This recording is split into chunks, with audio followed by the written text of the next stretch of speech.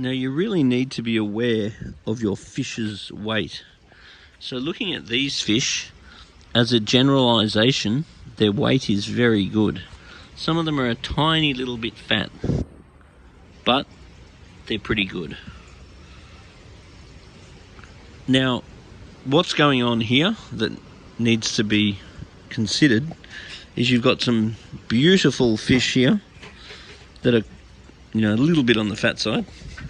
But then in here, you've got some super fat fish.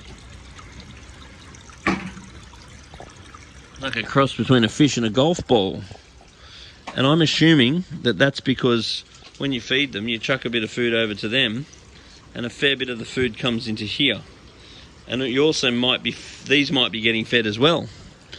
So in this situation, what I would look at doing is making sure that you're feeding very good quality food, such as New Life Spectrum or Danichi, and I'd be chucking it right down that end, because a lot of it will make its way and some of it will go into here.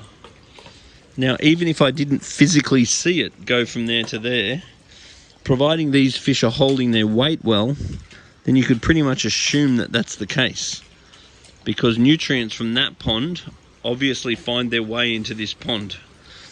Now, if you start feeding right down that end and then you notice these fish are getting thin, then obviously you can feed these fish. But it would be my suggestion, governed by all those fellas in there, that even if you fed right down that end, there would still be enough nutrient come over and keep these guys nice and healthy and happy. So once again, it's just important to react to whatever's going on. If your fish are fat, you just got to change something. If your fish are thin, you've just got to change something.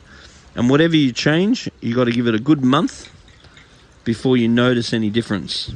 So if you reduce the amount of food a little bit, needs a month before you consider whether what you've done has been efficient.